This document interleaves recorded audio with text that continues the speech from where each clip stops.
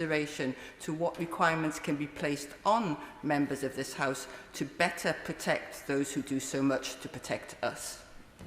Say to the Honourable Lady, I'd like to thank the staff as well. We're all gregarious, not just members of Parliament, but also House staff. And I hope when they're not looking after us, they're out enjoying the restaurants and clubs and bars of London that are reopening. And of course, our protective embrace cannot cover them there. However, face coverings remain as one of the many mitigations available to the House in managing the risk of COVID. The Commission continues to support their use in line with national guidance. But the Speaker has no power to prevent democratically elected members from coming onto the estate or into the chamber when the House is sitting. As such, there is no meaningful way to enforce a requirement on members to wear a face covering in the chamber, but they are strongly encouraged to do so. We have a substantive question to Andrew Selous. Andrew. The Church is hugely appreciative of the work of the Archbishop's Anti-Racism Task Force and has already committed to implement 34 of its 39 recommendations and is keeping the other 5 under review. To Janet Davey. Thank you, Mr. Speaker. The Church Commissioner appreciates, like I do, the importance of cultural change in the Church. Clergy from diverse backgrounds must be supported and given equal opportunities from the new ordinance settling in to those moving towards senior roles. Will the Commissioner tell me what powers the new Commission led by Lord Boating will have to hold the Church to account as it enters the implementation stage? Andrew. Well, as the Honourable Lady says, in the autumn, a new Racial Justice Commission will start work under the chairmanship of Lord Boateng, with Lord Way being a member as well. And I'm delighted to say that we have the highest number of recommendations for stipendiary ordained ministry training in a generation at almost 600, with 10.9% of those from minority ethnic backgrounds, a 2% increase on the previous year. So the Church is making gradual but steady progress to make sure that its clergy look like the nation it serves, and the Racial Justice Commission will certainly hold the Church to account on future progress. I'm now suspending the House for 3 minutes to enable the necessary arrangements to be made for the next business order.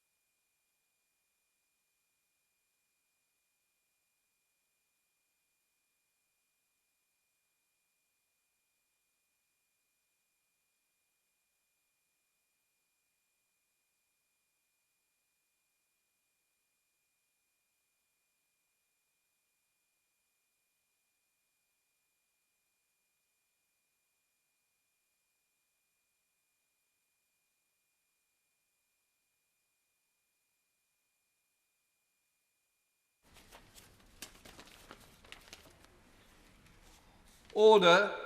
Before I call the Minister to make his statement, I have to say I was far from happy that yesterday the House heard from a Health Minister giving us an NHS update with no mention at all of the pay deal for NHS, a point of great political interest. I find it hard to believe that any negotiations were still going beyond that time, and I would urge the Government again to ensure the House is the first, not the last to know. But it's not my fault that the Secretary of State got pinged, that if he does want to make announcements from his garden, somebody could have been here, the ministers could have shared that information with us. So glory in the sunshine should not detract from this House hearing it when that announcement's made. It matters to all of us. We've all got hospitals, we've all got constituents that work for the NHS. So this clear message is, once again, this House should be told. Now then, let's come to a man that's come to the House to make his statement. I now call Minister Nadhim Zahawi to make a statement. Thank you very much, Mr. Speaker, and can I offer the apology of the Secretary of State and the Department of Health on the inability of the Department to make a statement on the acceptance of the pay review, independent pay review body that NHS staff should get 3%, and I hope you will accept my apology on behalf of the Secretary of State, as he is self-isolating. Mr. Speaker, before... Just on that point, just to say, I really do appreciate the Minister is so courteous, but it's a bit, makes it worse when the Minister is actually at the dispatch box when all this is going outside, and to turn to the House and say, well, I can't tell you, not that I don't know, but I can't tell you, is even more worrying. Sorry about that. The Speaker makes a very powerful point. Mr. Speaker, before I turn to my remarks today, I wanted to say something to you, sir. I want to take a moment ahead of this House rising for the summer to thank you, sir, and everyone who works here in Parliament, your whole team, for everything you've done to keep us all safe over the past few months. The fact that we've kept our democracy running and running safely at this time of crisis is an incredible achievement, and we're all extremely grateful to you and your team. Mr. Speaker, with permission, I'd like to make a statement on the COVID-19 pandemic. This week, we've taken a decisive step forward, taking step 4 on our roadmap and carefully easing more of the restrictions that have governed our daily lives. But although we're moving forward, we must remember that we move forward with caution, because this pandemic is not yet over. The average number of daily cases in England is around 41,000, and hospitalisations and deaths are rising too, although at a much lower level than we had this, if we had this number of cases during previous waves.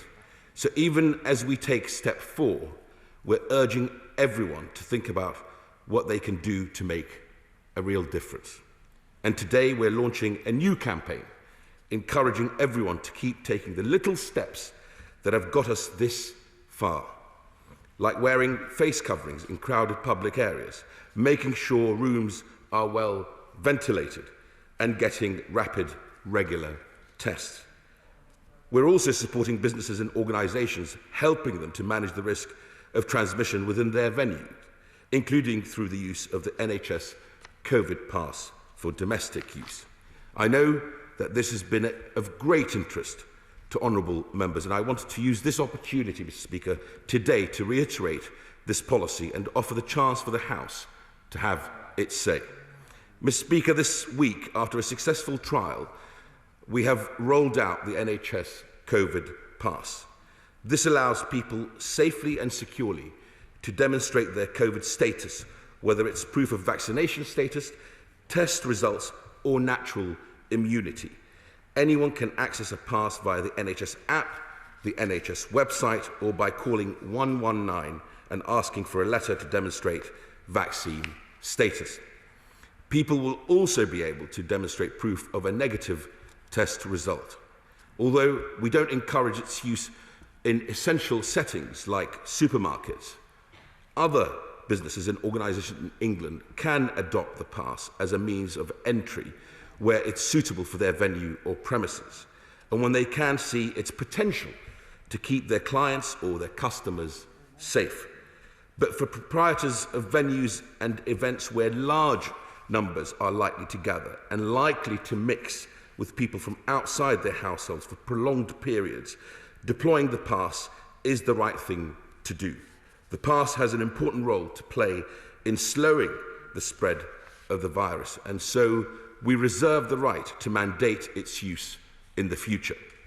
Next, Mr. Speaker, I'd like to update the House on vaccination as a condition of entry. We all know the benefits that both doses of a vaccine can bring.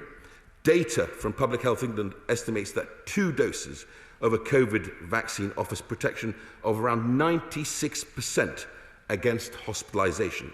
And today, Mr. Speaker, we have new data from Public Health England that estimates the vaccination programme in England alone has prevented 52,600 hospitalisations. That is up to 6,300 from 2 weeks ago. A fitting example, I'm sure you will agree, sir, of the protective wall that our vaccination programme has given us. A wall that's getting stronger every day. It's this protection that's allowed us to carefully ease restrictions over the past few months. But we must do so in a way that's mindful of the benefits that both doses of the vaccine can bring. This strategy, this philosophy, has underpinned our approach over these critical next few months. This week, as part of our Step 4 measures, we allowed fully vaccinated adults and all children to return from amber list countries without quarantine, with the exception of France due to the persistent presence of cases of the beta variant.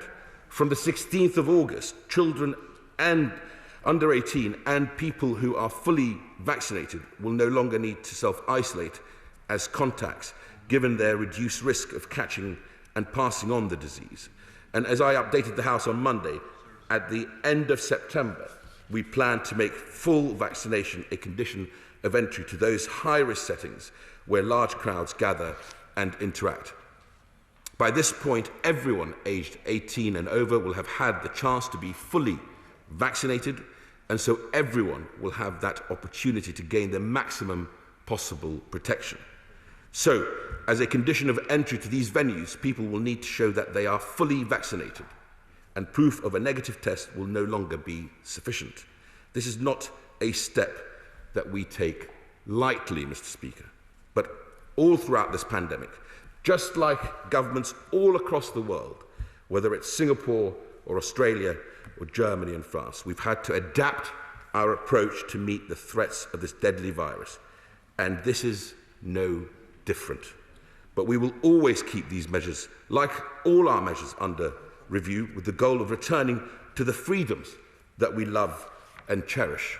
Mr. Speaker, we should all be proud of the enthusiasm and uptake we've seen for our vaccination programme. 88% of all adults have now had a first dose, and 69% of all adults have had both doses. And this uptake means the latest ONS data shows that 9 in 10 adults now have COVID-19 antibodies. But there are still many people who are unprotected, including 34% of people aged 18 to 29 who have not had either dose. So I'd like to once again, ahead of the summer recess, urge everyone to come forward and get both doses to protect yourselves, protect your loved ones and your community. Our battle against this virus, Mr. Speaker, is not the kind of battle where we can simply declare victory and move on with our lives. Instead, we must learn to live with the virus, doing whatever we can to slow its spread while we maintain the vital defences that will keep us safe. And that is exactly what this government will do, and I commend the statement to the House. We now go to the Shadow Secretary of State, who is virtual. A virtual Jonathan Ashworth. Well, thank you very much, Mr. Speaker, and thank the Minister for advance sight of his statement. But let's be frank, it was a shambles yesterday, and it was an insult to the House, and it was a letdown for health and care staff. Ministers have been dragged kicking and screaming to this 3% settlement? And can he accept, and does he accept, that it isn't an NHS-wide pay settlement because it doesn't cover all the health and care workforce who don't fall under the pay review body? It doesn't cover, for example, our junior doctors who have had an intense year caring for sick patients on ventilators who have been redeployed to other sites across the NHS, have seen their training disrupted. So will the junior doctors get a pay rise, especially given that the pay review body in paragraph 10.36 of its report urges ministers to recognise the role of doctors out of scope? Will all health staff who work in public health receive the settlement? And yet again, even though care workers are obviously not covered by this pay review body, we know that our care workers are so valuable. Will care workers finally get the real living wage that they deserve? And how will this pay settlement be funded? NHS trusts don't even know what their budget will be beyond September. Now, the Health Secretary has just said the pay settlement costs 2.2 billion. So where is the 2.2 billion coming from? Or is he expecting trusts and general practice to find it from their existing budgets? And at a time when the NHS is in a summer crisis, where we've seen COVID admissions increasing, where there's more patients on ventilators in hospitals now, when we see operations being cancelled again and waiting times growing because of the pressures that the NHS are under, rather than getting a funded settlement for the NHS, we've seen this week briefing and counter briefing from the Health Secretary, the Chancellor, Downing Street about what may or may not be coming for health and social care. But the NHS needs more investment now to cope with the pressures that it is under. So can he confirm that the government are going to break their manifesto pledge to increase national insurance? Or is the Business Secretary correct to say this morning, I don't see how we could increase national insurance? Because the Prime Minister promised on the steps of Downing Street 2 years ago this Saturday that he would have a social care plan. But this isn't a plan for health and social care. It's a government in disarray, which now brings me on to the so-called pandemic with the problems with isolation. But the problems with isolation we are seeing is a symptom of what happens when ministers allow infections to get out of control. Now, the government are apparently U-turning today and agreeing a list of workers who could be exempt from isolation based on a negative PCR test. Well, with infections running at more than 50,000 a day, possibly on the way up to 100,000 a day, can he absolutely guarantee that PCR testing capacity will be available to cope with the inevitable increased demand this summer? And if he wants to avoid shutting society down, he needs to bring infections down. So why have the government ruled out extending statutory sick pay for the lowest paid? And what is he doing to drive up the vaccination rates amongst younger adults? Because he will know that allowing infections to rise amongst this cohort sets his vaccination program back, given that somebody has to wait 28 days post-infection for vaccination. Now, today he's repeated his support for vaccine passports. So can he explain why he thinks it's safe to go out clubbing to the early hours this Friday, but in September it's only safe to go out clubbing if everybody is double jabbed? Can he confirm when the relevant statutory instruments will be laid and when the vote will be on introducing these passports? Now, he has a proposal for nightclubs in September, but does he have a proposal for schools in September? Because 1 million children have been off school recently. So as we asked him on Monday, will he use this summer to install air filtration units in schools in time for September? And is he considering bringing mask wearing back in schools as well? And finally, Mr. Speaker, can I, like the Minister and others across the House, thank you and all the staff especially for the extraordinary work that you have put in these last 12 months to ensure our smooth running of Parliament in these most unprecedented of circumstances. And I hope you all are able to have a suitable rest over the summer recess. Minister. Thank you very much, Mr. Speaker.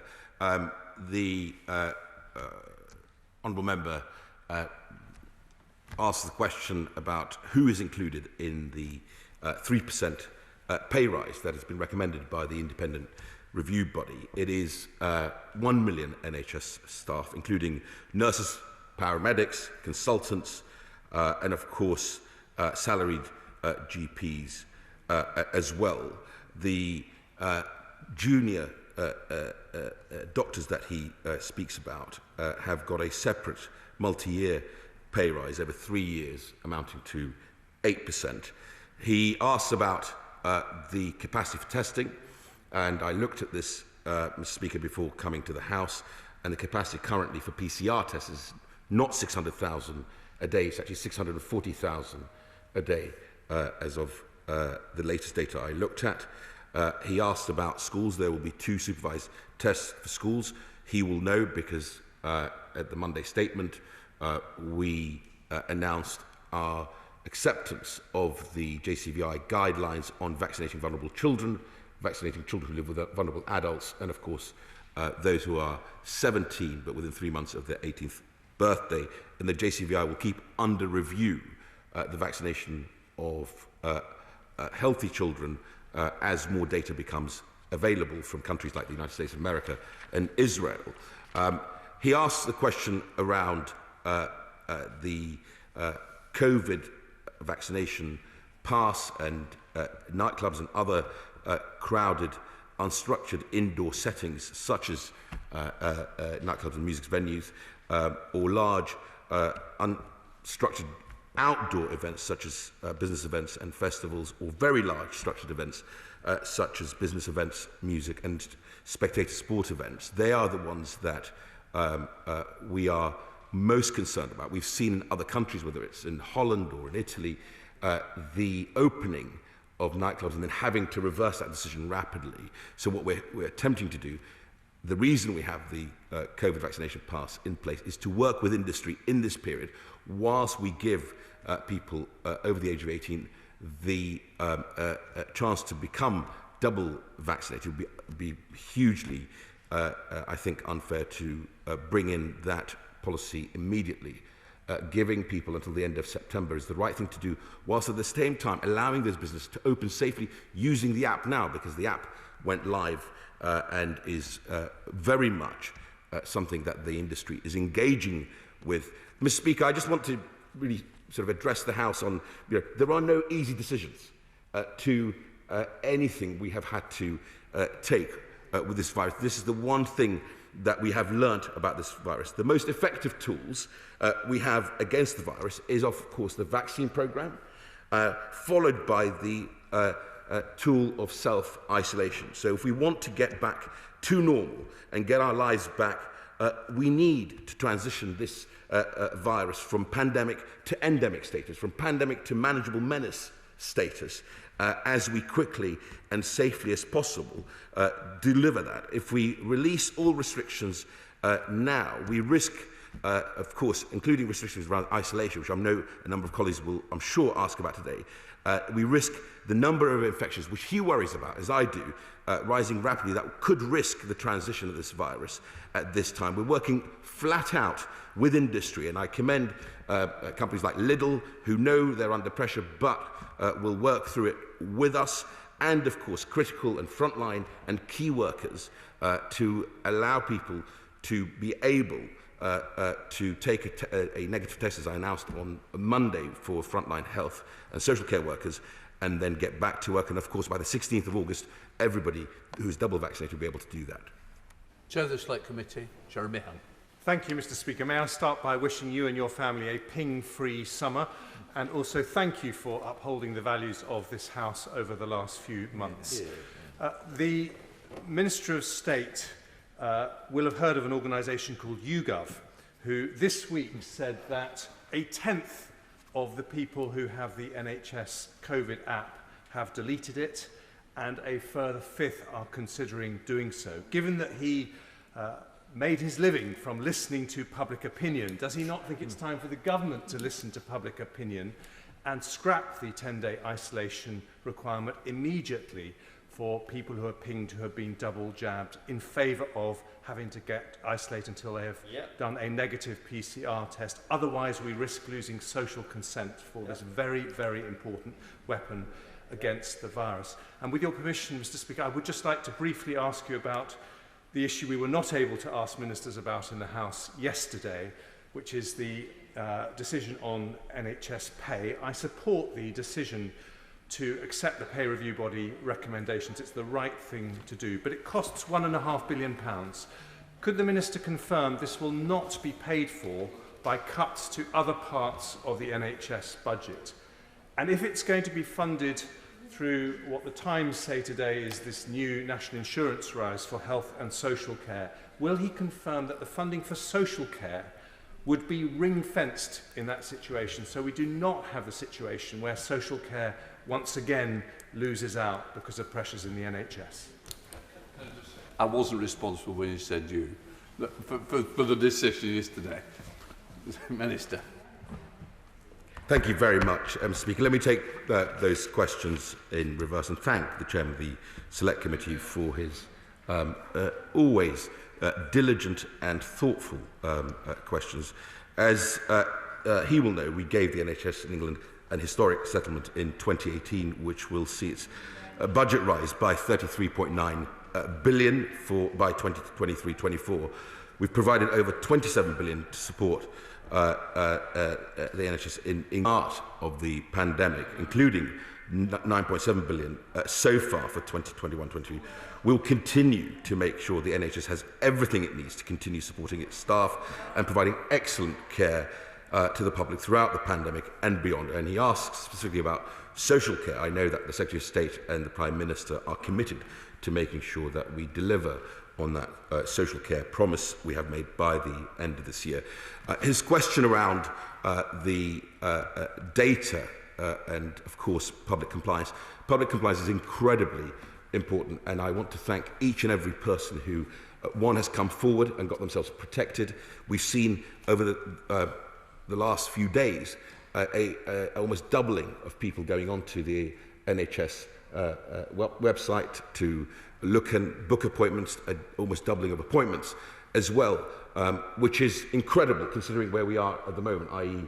with almost touching 90% of all adults. These hard yards, people are still coming forward. There are no easy decisions. I said this, I think, in answer to the Shadow Health Secretary around this. We know that our most effective tool is the vaccination program, but the second most effective tool is self-isolation. What we are attempting to do is transition this virus from pandemic to endemic status.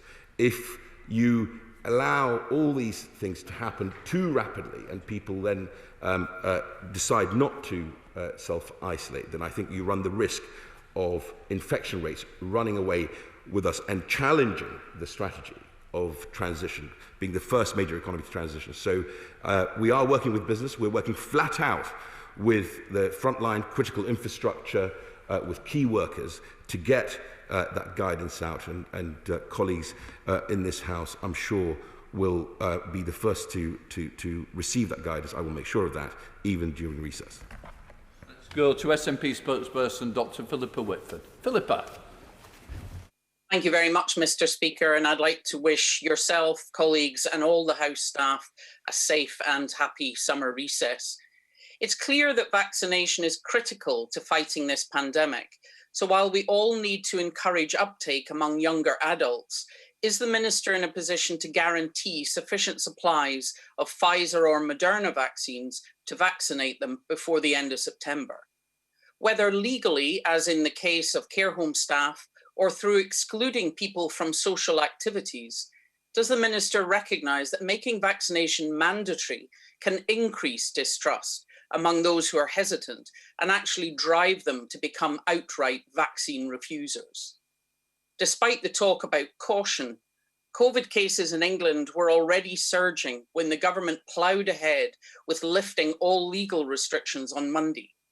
While vaccination has reduced the hospitalisation rate to between 2 and 3%, the Secretary of State himself suggested COVID cases could soar to 100,000 a day, which would result in 2,000 to 3,000 admissions, similar to the first wave. So does the Minister really not recognise that would put health services under enormous pressure and cause the patient backlog to grow further?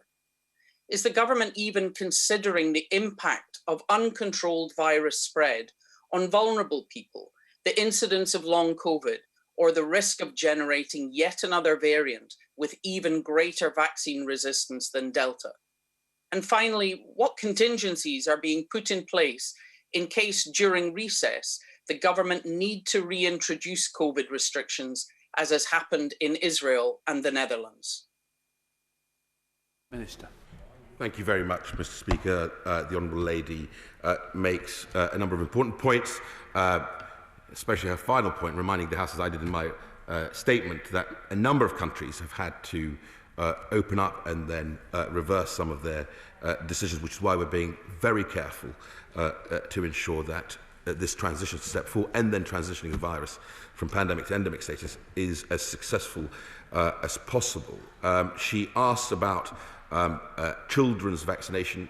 She will know because the Scottish Health Minister, Mr Humza, has, as the Welsh and Northern Irish, and of course ourselves in England, accepted the JCVI guidelines of vaccinating vulnerable children, children living with vulnerable adults, and those approaching their 18th birthday. And if the JCVI go further, as they are reviewing more data on vaccinating all children, then I assure her that we have the supply available of Pfizer and Moderna to undertake that, whilst we also continue to deliver on the double vaccinations of all adults by the end of September. She asked about the immunosuppressed. Of course, against guidelines have gone out in terms of the precautionary measures that immunosuppressed people would take, similar to the rest of the country, to be careful, to wear masks in crowded indoor spaces, of course, ventilation as well.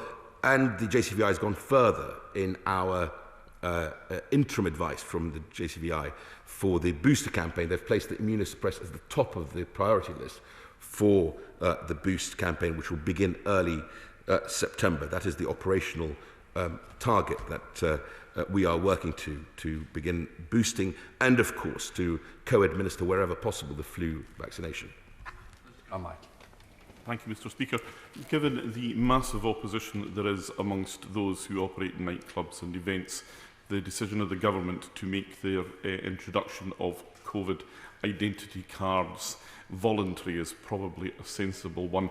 But can I explore with the Minister what he means when he says we reserve the right to mandate their use in the future? We might have hoped, Mr. Speaker, that the right that the government sought to reserve was the right to seek the permission of this House to make their use mandatory in the future. I hope that this was just a small piece of ministerial arrogance that led the Minister to misspeak, but I would like his assurance that we will be given the opportunity to express a view on this before mandatory use of COVID identity cards is introduced. And last week, I asked the Secretary of State for Health a whole range of questions about the practical consequences of this voluntary scheme.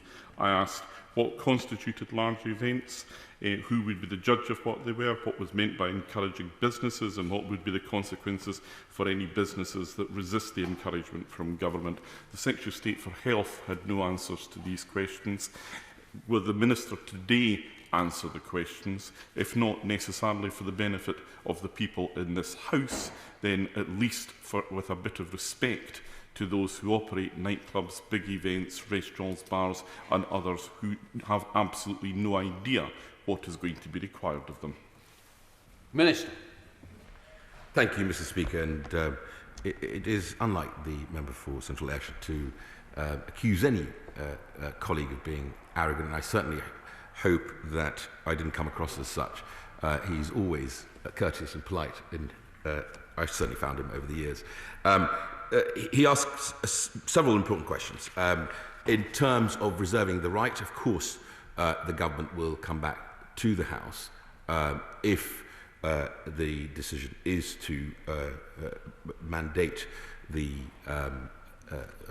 double vaccination requirement for, as I've outlined in an earlier response, nightclubs are crowded, unstructured indoor settings, large unstructured outdoor settings, and of course the very large events such as business, music or spectator sports events. In the meantime, we would encourage the use of the Nhs Covert Pass in facilities or events where people are likely to be in close proximity to large numbers of people from other households. We're working with the sector. Indeed, the Minister for Business, Mr. Scully, met with the sector yesterday, again, as he does regularly. The sector itself would have seen what happened in other countries like the Netherlands. And I think it's in the interest of all of the sector and businesses to want to reopen and reopen permanently, not have to open and close and open and close. Hence why what we're doing is working with the sector in this period and, of course, giving people a chance to get their double vaccinations by the end of September. Carper.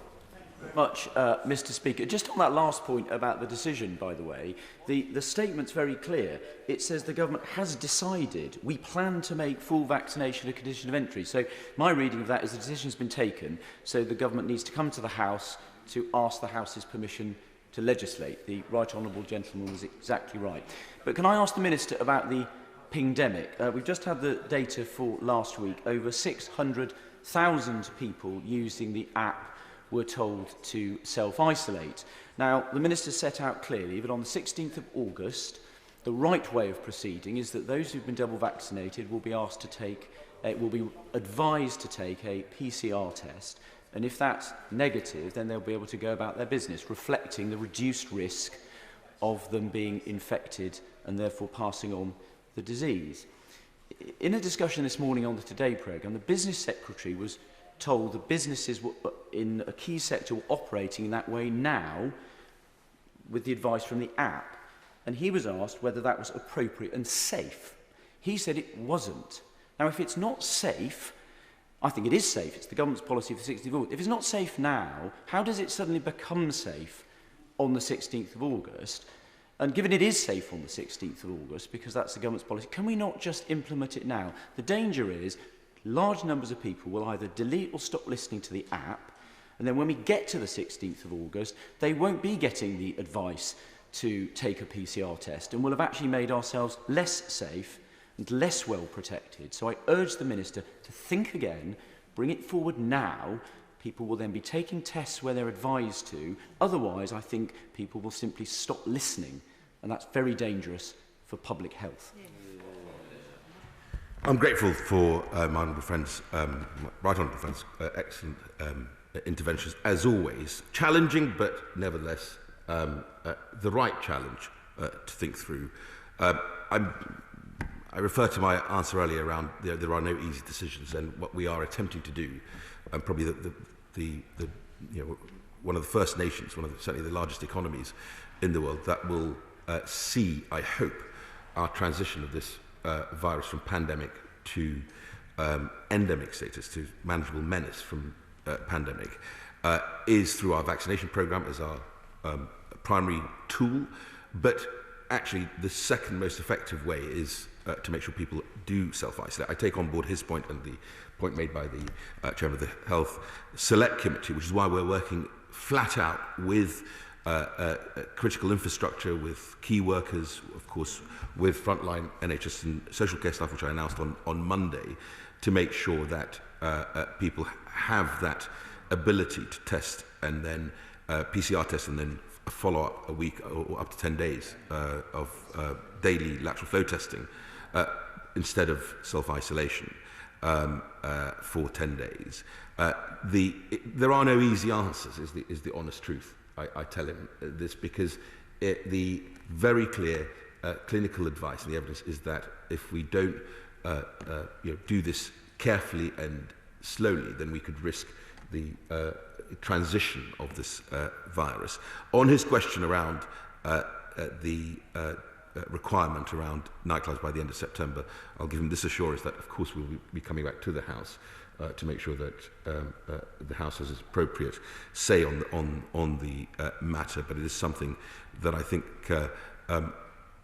as we've seen with this virus in other countries, is the right thing to do. Jim Shaw. Mr Speaker. And can I thank the Minister for his statement today and for all of that's been done for the COVID-19 vaccine rollout.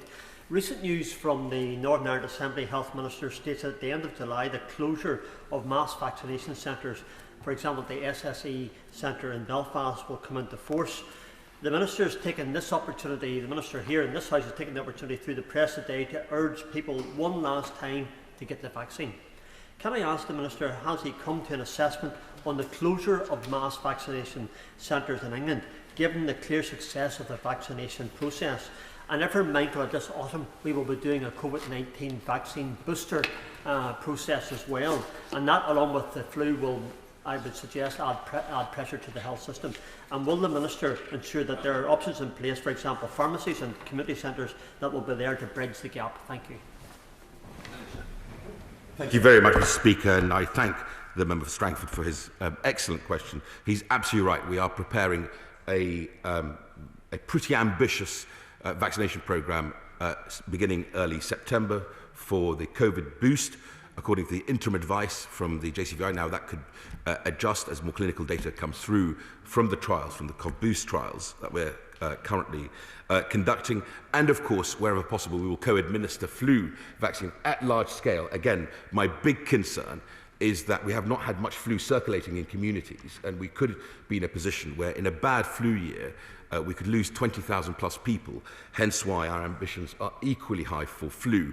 We will look to co-administer wherever possible. We're looking to raise the number of pharmacies as well. We currently have over 600 pharmacies in the COVID vaccination infrastructure, as well as, of course, the brilliant primary care networks, the hospitals and the vaccination centres.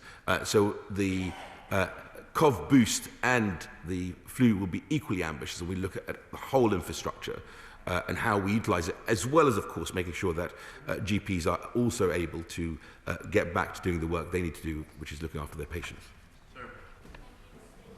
As has been mentioned, I am seeing in Hindburn and Haslingden in my age group there is a hesitancy to take up the vaccine. So can I ask the Minister what work is being done with local authorities to target these groups and alleviate their fears, because the only way out is a vaccine and we really need to get that message across.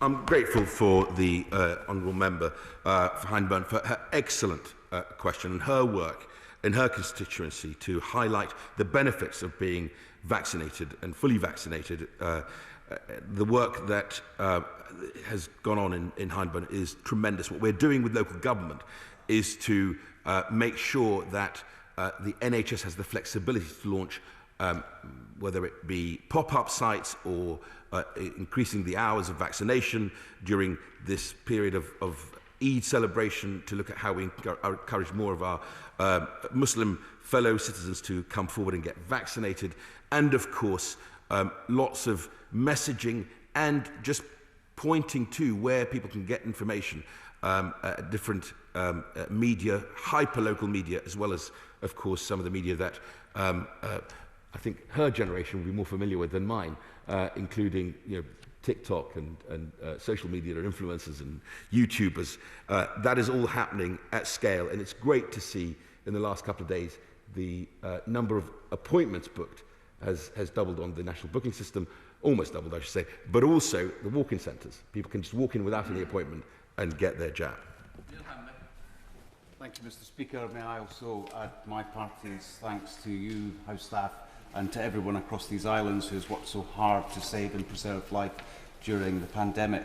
I want to pick up on a vital component which I believe the government needs to give great attention to in terms of vaccination. And it will not have escaped the Minister's attention, and anyone who's attended the regular briefings that we've had around this virus will have seen in Professor Van Tam's heat maps the distribution and the upward spread of the virus, where it seeds in the younger population and exponentially grows up through the ages. And I really want to ask his opinion on why he thinks the JCVI are being extremely cautious in extending vaccination into the 12 to 17-year-olds, given that the CDC have now been vaccinating that population in the States with some concerns, but I think manageable numbers of concerns, and why we are not progressing more vigorously to vaccinate that population, and it's only limited to those with underlying health concerns or related to those with underlying health concerns. And there's a fundamental advantage there because it will increase their well-being, it will improve their access to schooling after the holidays, but more importantly, it acts as... Order. We've got to be, if we can, nobody else is going to get in today, and that's not fair to other members. They've got to be short questions in the statement. I hope you're going to finish in a second. I will finish now, Mr. Speaker, and I apologise. Does he not see the advantage in delivering those vaccines now? And what do we do if we decide that that needs to go live during recess? I'm grateful for the member for Caldy and Cowdenbeath's question. A very important question. The JCVI are constantly reviewing the data from other countries who are vaccinating all children 12 to 15 years old. Their concern has been centred around vaccinating healthy children. There's this very rare signal on myocarditis on first dose, and they are awaiting more data on second dose. And of course, they will continue to review that and will come back to us. And of course, we'll come back to the House. Martin Vickers. Thank you, Mr. Speaker. In North East Lincolnshire, the infection rate has been hovering around 1,000 per 100,000 now for the last couple of weeks, which is of obvious concern to my constituents. I'm in regular touch with the Northern Lincolnshire and Goole Hospital Trust, who are doing an excellent job. But could the Minister reassure my constituents that if additional resources are required by the Trust, that the Department will provide them? And one other request from the Trust management is that they've had a big expansion of demand on A&E over the last few days. Could the Department step up the campaign to encourage people to use the 111 service? I'm grateful to my honourable friend's question. I think in his constituency of Cleethorpes, they have now done 122,397 cumulative total of doses, which is a tremendous, tremendous achievement. I will absolutely take away his request and we'll come back to him once I've had a chance to discuss it with NHS England. Thank you, Mr. Speaker, and I must thank the Minister for our Friday mornings together. Not just me, but every member of this House is grateful for the weekly fixture highlight Zoom Fest.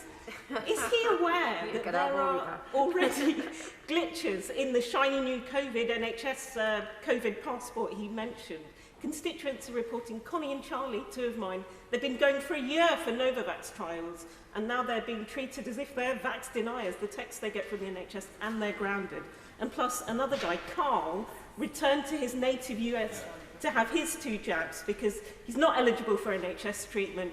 He says that it's xenophobia, that he can't access events that Brits can. I'm sure it's unintentioned. People think they're being punished for doing the right thing. Will he rectify? Thank you, Mr. Speaker, and I am really grateful to the member for Ealing and Central Acton for that excellent question. And I'm grateful for her comments about our Friday morning meetings.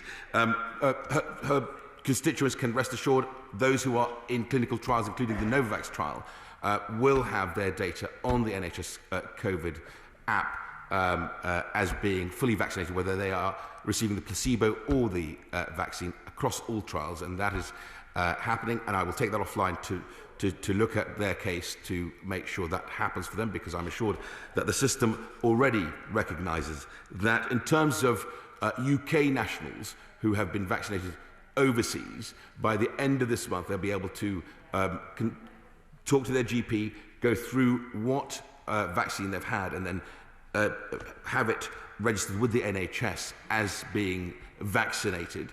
The reason that for the conversation with the GP is to make sure that whatever vaccine they've had is one that is approved in the United Kingdom, but also is one that ultimately will be a coordination between WHO, ourselves, the European regulator and the US regulator and other regulators around the world, because we're working at speed. At the moment, it is UK nationals and citizens who've had UK vaccinations who'll be able to travel to Amber countries other than France and come back and not quarantine. We want to offer the same reciprocity as the 33 countries that recognise our app, and that will happen also very soon. Congratulate the Vaccines Minister for working his socks off over the last year and doing such a tremendous job in vaccinating the nation.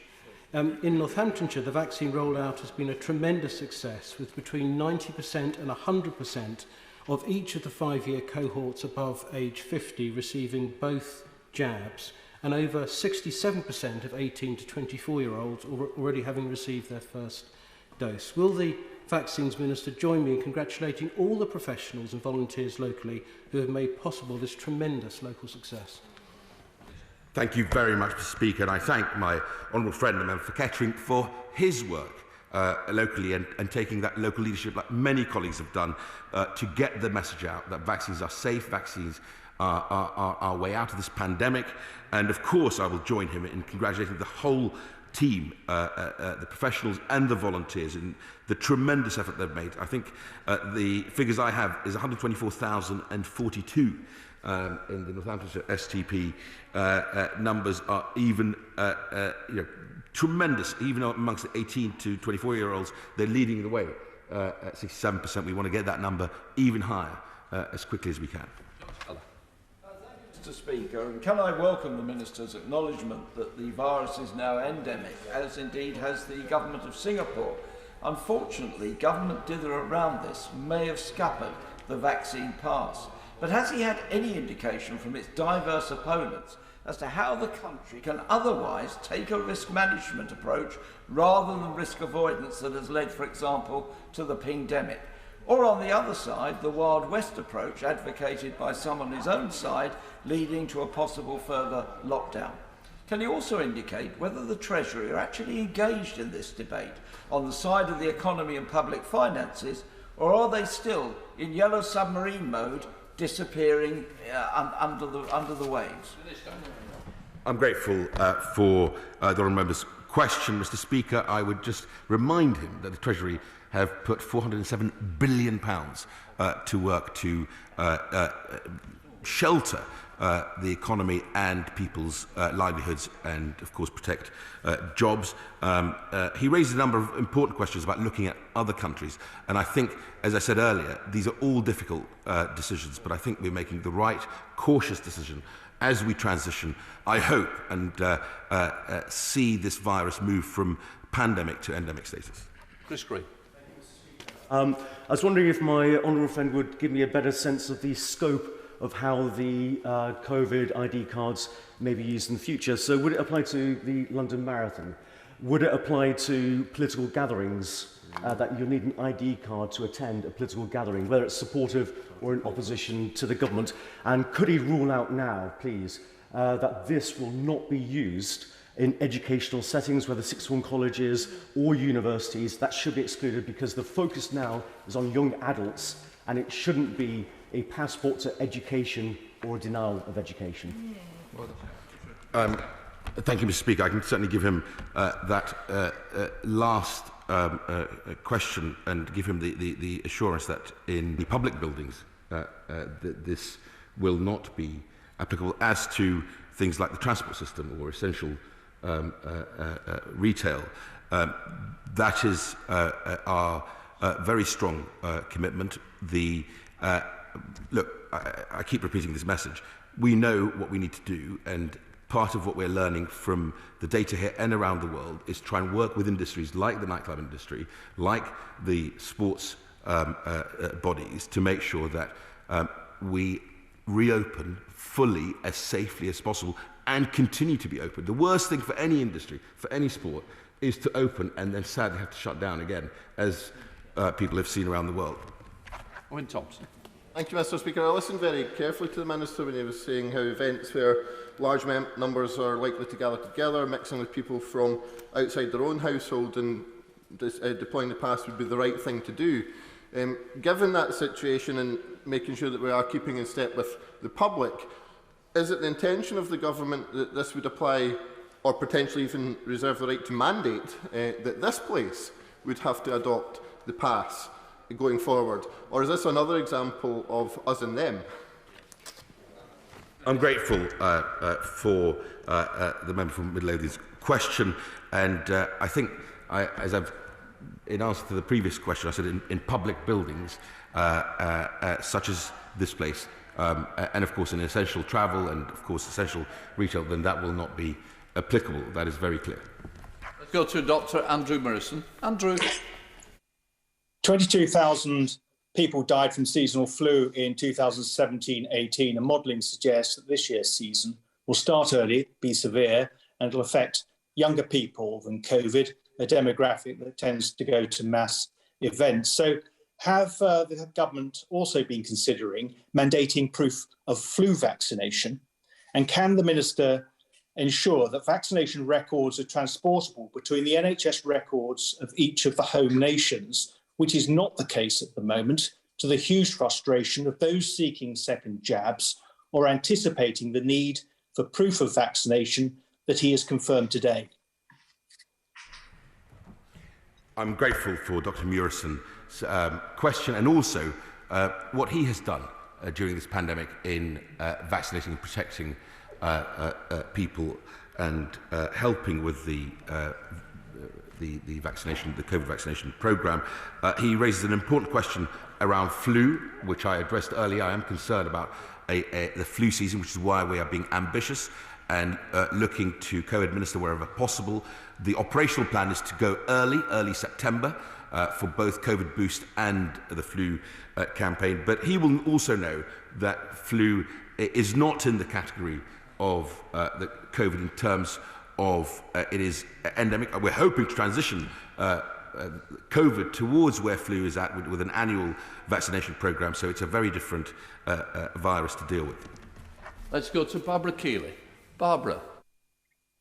Thank you, Mr. Speaker. On the vaccine rollout, I'd like to ask for prioritisation of two groups. Firstly, for unpaid carers to be prioritised for boosters in the autumn, as JCVI has not put them on the priority list, but they were put in cohort 6 for earlier vaccines.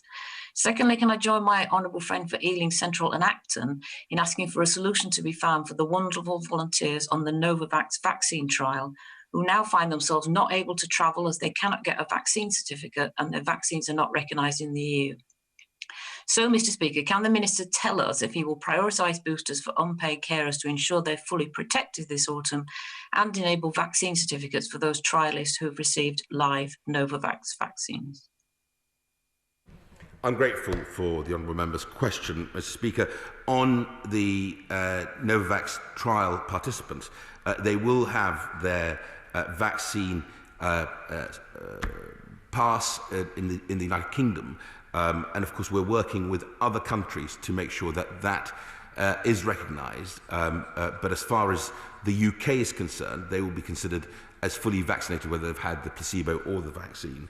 On her very good question on the booster campaign, the JCVI's interim advice is that phase 1 is what would have been phase, sort of the old 1 to 4 categories plus the immunosuppressed, and then phase 2 would be the 5 to 9. Which would include in category 6 those unpaid carers as well. Can I just say to everybody who's left, if we really are short and quick on answers and questions, I'll get everybody in. If not, we're due to actually finish now, but I'm going to give it a try. Jason McCartney. Thank you, Mr. Speaker. Will the Minister join me in thanking Sylvia, Fahad and all the fantastic local team who have vaccinated over 47,000 people in Honley, Slathwaite and other pop-up sites across Kirklees? But can the Minister, though, also just confirm one of the questions they're being regularly asked, the rationale of the JCVI guidance that there should be an 8-week minimum interval between jabs? I would certainly join my honourable friend in thanking Sylvia, Fahad and all the local team on the extraordinary work they've done. The JCVI advice on the 8-week interval is based on real-world data that suggests actually that offers the highest level of protection in terms of antibodies and T cells for people. Anything below that, and I know a number of colleagues here have asked me this question, would not be advisable. Let's go to Vicky Foxcroft. Vicky. Thank you, Mr. Speaker. Ministers should be aware of the fears of immunocompromised people. And unlike the Health Secretary, I know the Minister is aware of the Octave study. Does he know when this will be published? And can we have some plans for antibody testing? Immunocompromised people need to be allowed to make informed decisions. And has a ministerial directive been issued to JCVI to investigate this? And if people are seen to have low protection, what extra support are the government looking to deliver for them? I'm grateful for the honourable member for Elizabeth Deptford's question. She knows that she and I discussed this on the Friday morning, means there is Octave and Octave Duo as well, and I know Octave is imminent to report, and I will share that data even when the House is in recess with colleagues on our group that I will make sure happens as soon as we receive that data. We want to make sure that people are protected. There's some very encouraging data from Public Health England on the immunocompromised with 74% protection for some, not all, after 2 doses. But she's quite right to point this out. We look to vaccinate and protect them with a 3rd dose, a booster dose, as the top of Group 1, Phase 1, as well in September. To Richard Graham. Richard. Mr. Speaker, thank you. Nobody underestimates the huge challenges the government faces or the great success of the vaccination programme. But does the Minister recognise the frustration by the many hundreds of thousands who've been double-dosed, pinged, self-isolating and following the guidelines to learn of the data earlier shown that suggests how many people are actually turning off or deleting the NHS app, and ministers reportedly advising businesses that this is only guidance? Does he not share my view that surely what is right on the 16th of August for the double dosed is right now? And would my honourable friend agree to consider implementing this as soon as possible so that businesses don't have to close, the hospitality sector suffer, and many of us self-isolate unnecessarily? Thank you very much, Mr. Speaker. My honourable friend, the member for Gloucester, makes a very powerful point, as he's made to me many times. It is important clinical guidance to people. It is important that people take personal responsibility and corporate responsibility, as we're seeing with some great companies like Lidl, who are coming under pressure at the moment because staff are having to self-isolate. As I said earlier, there are no easy decisions on this, but to be able to transition this virus from pandemic to endemic, we just need that careful, little bit more time until the 16th of August, not long to go, where everyone who's double dosed can have the ability not to have to self-isolate for 10 days. Bill Leicesterson. Bill. We all know a negative test is a crucial risk indicator. NHS staff off work, restaurants and pubs forced to close, empty supermarket shelves. This is a time-critical problem in essential parts of society. So when is the government going to publish a list of sectors where staff can use a negative test result so they can go to work now? Making employers apply for an exemption is simply not going to be enough. And the economy and society simply can't wait until the 16th of August. Mr. Speaker, in the interest of time, I think I've addressed this question fully. Suffice to say, where I would gently disagree with the member for Sefton Central is that actually society came together, and we saw that with the vaccination programme, with 80,000 vaccinator volunteers, 200,000 volunteers. People are doing the right thing, as are corporates as well. We're working flat out, both in terms of critical workforce, critical infrastructure, frontline, and that we announced on Monday for NHS and social care staff. Vaccination programme, but a number of my constituents have received the AstraZeneca vaccine from batches made in India, which isn't recognised by the European Medical Agency. So will my honourable friend reassure those constituents that they will be able to travel to Europe in France and Italy, for instance? I'm grateful to my honourable friend, the member South End West, and his championing of his constituents' concerns.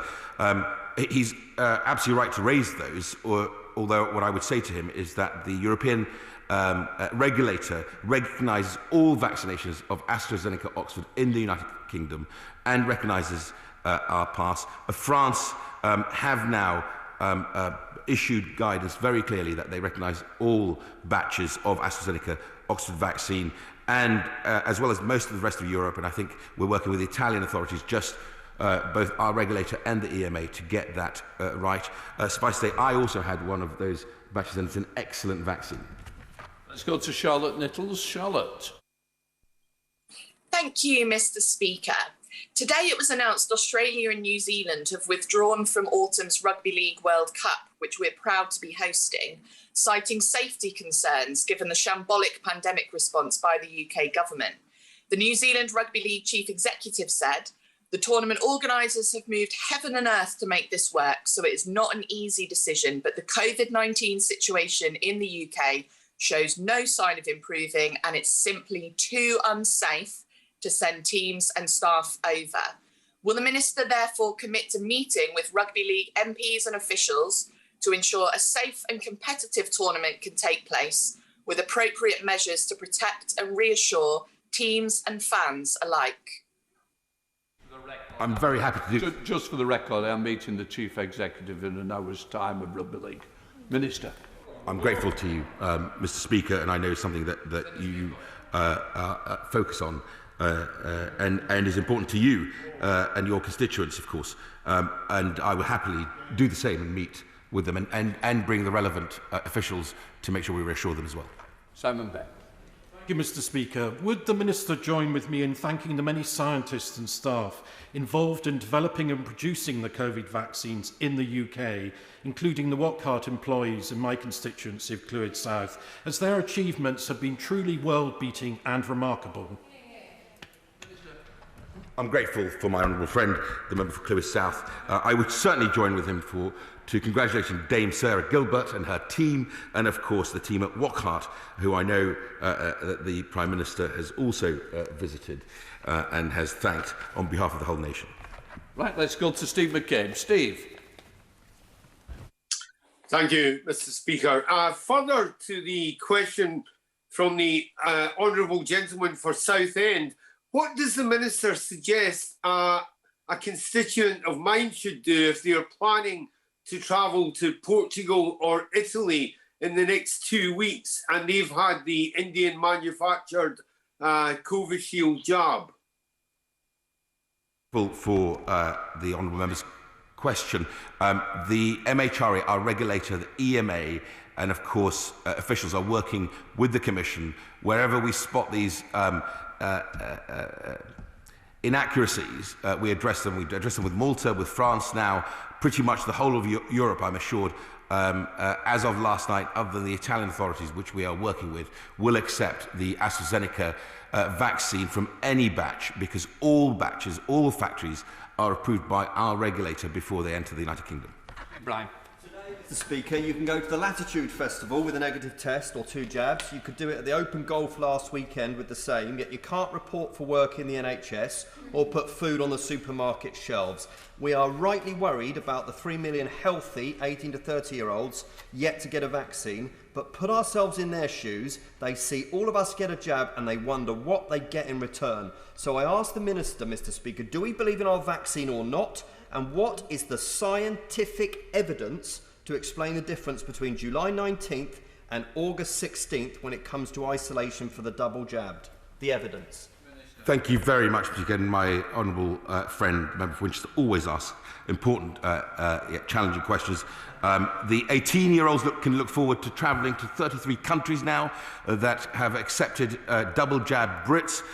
If they can demonstrate that from September, mid-September, if they have their jab now, it'll be mid-September, and they can go to those countries. They will be able to look forward to enjoying life clubbing by the end of September, as well in terms of their enjoyment of the Winchester nightlife, and of course, I hope I made clear to the House that giving ourselves that additional few weeks where self-isolation is probably the second most effective tool after vaccines makes a huge difference as we transition this virus.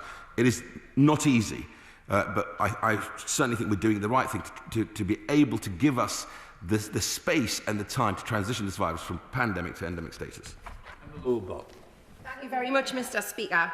The app forcing self-isolation is grinding our country to a halt. Delivery drivers, shops, transport, hospitality, factories, essential public and blue light services are at breaking point.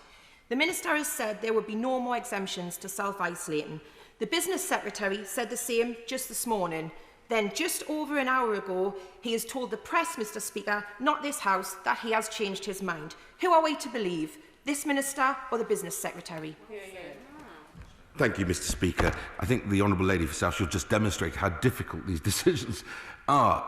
And I would just say to her that we are working flat out in the Department of Health and the Business Department to work with business to get and reassure whether it's the critical infrastructure that the Business Secretary spoke about or any other part of the economy so that we can safely return to a place where we open up and open up permanently. Redcar and Cleveland has the highest COVID rates in the country at more than 1,500 per 100,000. However, in the last 28 days, we have not seen a single death from COVID, such as the protection the vaccine provides. We need more people to get the jab to ensure our hospitalisations and deaths stay low. So will he work with me and Redcar and Cleveland Council to ensure we have the additional vaccine centres, supplies and vaccinators? And secondly, will he consider the chemical industry as part of our critical infrastructure, producing the pharmaceuticals for vaccines and the plastics for syringes for exemption from the usual isolation rules ahead of August 16th? I'm grateful to my honourable friend, the member for Redcar, and his championing of his businesses and his constituents. There is no shortage of vaccine. I'll very happily work with him in terms of the workforce and making sure there's a resource to be able to continue to vaccinate at scale. And, of course, the industry that are delivering some of the essential products for the vaccination programme are incredibly important in this effort. Mr Speaker, in order to beat this virus, the government has to not only take care of its domestic responsibilities but its international ones. So can the Minister update us on what's been done to ensure vaccine supply to middle income and low income countries, and update us on the international approach? I'm grateful for the member for Glasgow South West for his excellent question. Incredibly important, because we pledged to deliver 100 million doses, excess doses, beginning with 5 million immediately and then 20 million by the end of the year, then the balance next year, as well as, of course, the AstraZeneca Oxford vaccine being delivered around the world at no profit to AstraZeneca or Oxford. I can certainly update him. We've actually sent out our first deliveries of the Oxford AstraZeneca vaccine as per the Prime Minister's pledge, and speaking to the Serum Institute of India, they are now producing not 100 million doses a month, they are at 200 million doses a month of that vaccine. So it really is an extraordinary achievement by Sarah Gilbert and her team and AstraZeneca for saving the world from this awful virus. Thank you, Mr Speaker. The Minister was very grateful in helping us secure the Tunstall Mass Vaccination Centre that's delivered over 50,000 jabs into the arms of people and is the City of Stoke-on-Trent's Mass Vaccination Centre. As part of the autumn rollout, where we'll be getting a third dose into the arms of many residents, will the Minister confirm that the Tunstall Mass Vaccination Centre will stay in place over the autumn and winter this year? I thank my honourable friend, the member for Stoke-on-Trent North, and his effort in getting 116,657 jabs into the arms of his constituents and offering them that protection. I will certainly have a look at the vaccination centre as part of our infrastructure. We have a very ambitious programme to deliver. First phase, about 15 million people. Second phase, cumulative 32 million people. So we will be doing that at scale, as well as, of course, flu vaccination wherever possible. I am now suspending the House for 2 minutes for the necessary arrangements to be made for the next business order.